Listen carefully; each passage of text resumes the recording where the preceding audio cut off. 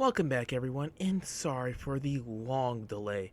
So, this week's review, we have a game made by Introspert. I honestly prefer the Crimson team, to be honest with you. The folks behind Crimson Keep, Eld. Now, if you're wondering about me reviewing Crimson Keep, I essentially treat it as Square-Eyed Jag reviews reviewing Ratchet & Clank games. Essentially almost never, and considering how much the F95 zone considers it abandoned, I don't see me reviewing this game within the near future, or hell, anywhere near the future in general. But enough talk, let's just dive right on in. Oh, and one more thing, massive spoilers. So the story goes like this. In the forest in the land of Calibris, parts of it formed into biomes and later on factions. These are the factions are there. Stormwoods, Ashwoods, Rhymewoods, Deepwoods, and Vastwoods. The last one is essentially the rickety bridge of the whole land. Wait! One more thing. Whatever you do, don't go beyond the rickety bridge.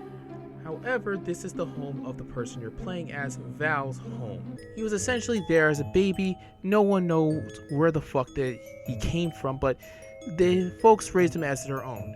So after doing some errands for the townsfolk alongside with your grandpa, who was also a werewolf with a freaking tentacle, and it's also during around his birthday when, well, Vastwood begins essentially the equivalent of the Full Metal Alchemist equivalent of making a freaking Philosopher's Stone.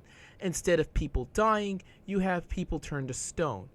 Val's reaction is of course mortified, but then he finds a black creature called an Eld. So after fending off some trespassers from said faction, you meet up with a lady named Melfi. Later on, she talks about how this Eld can find a way to bring back your loved ones. And the way you need to do that is with them.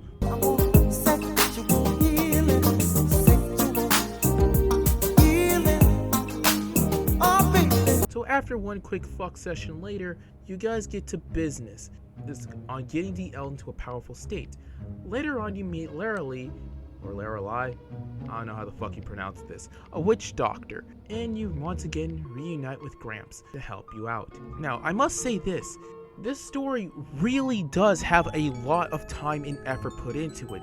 You can obviously tell that the creator of it, or the writer of it, depending if they're on a team or they're just a one-man show, really took time and effort into properly going over the lore of this game and how each one can actually have its own backstory. In fact, I'm pretty sure later on, I'm going to assume we even learn some of the histories of these said factions and probably some of the generations that occur within them. So I really am looking forward to other versions of this game. The presentation of this game, the otherworldliness in this game of the art direction has been cranked up to the max, and you know what? I'm actually here for it.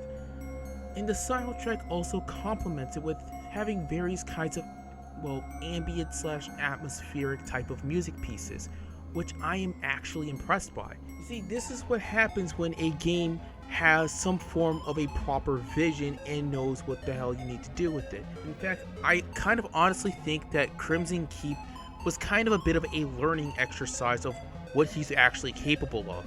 And honestly, I wouldn't be that surprised if he just says fuck it and just outright just says fuck, just committed to the actual project with Eld. Hence, I think the abandoned status on F95, because I haven't seen any real updates for Crimson Keep.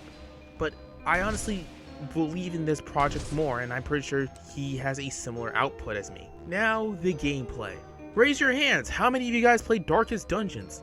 Then you should feel right at home with its combat mechanics, because that's exactly where it's ripped from. Now, for right now, you can, there's currently right now the exploration and the home areas. Like I said, this game has a lot of meat in its bones in terms of both story and game. Essentially, it's just one big pile of juicy meat. And you know what? I am here for it.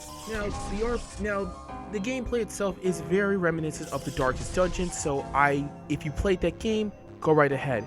For people who really don't, it's essentially a strategy RPG where you really have to think on your toes, otherwise you will get fucked.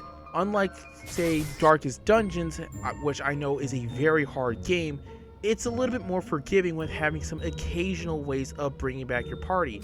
And if you actually go back home, you actually can revive your party. Your party's members will get revived. Now, I'm going to give you this one piece of advice for combat in this game. MP matters a lot. Like, it's slightly, you might have to slightly prioritize it more than your HP.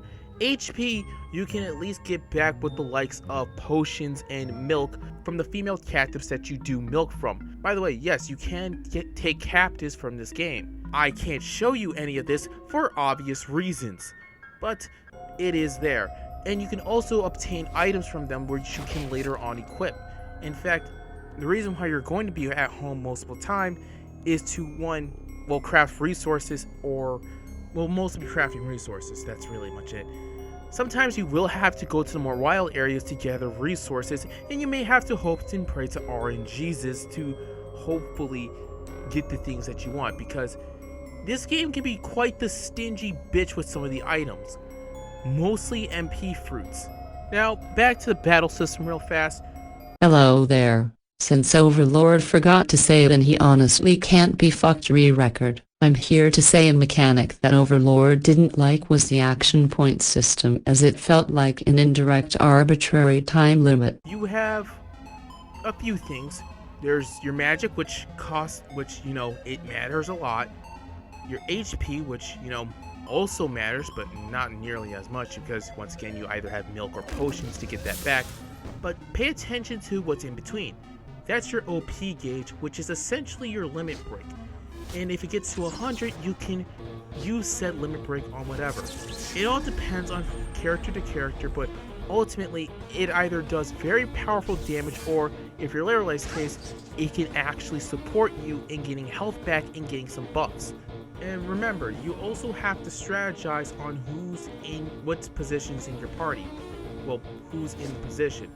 For example, you want your more tankier members to be somewhere up front, and you want your more squishiest members to be somewhere in the middle or in the back. Mostly somewhere in the middle, because some enemies do actually do a bunch of back attacks, and that can legit fuck you up. So, like I said, you really have to plan things out.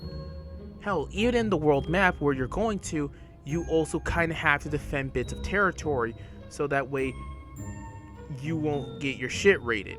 Like I said, this game has a lot of meat in its bone. Overall, this game is a surprisingly very solid experience, and I'm glad that I decided to delay another week so I can actually do a proper review of this game. So, until then everyone, I am very glad that you guys were there to stick with me. Until then everyone, good night and good luck, and yeah. If you enjoyed this video and wish to see more of Overlord content, please like, comment, subscribe, and the bell for both uploads and community post. Also follow him on social media such as Twitter and Pixiv.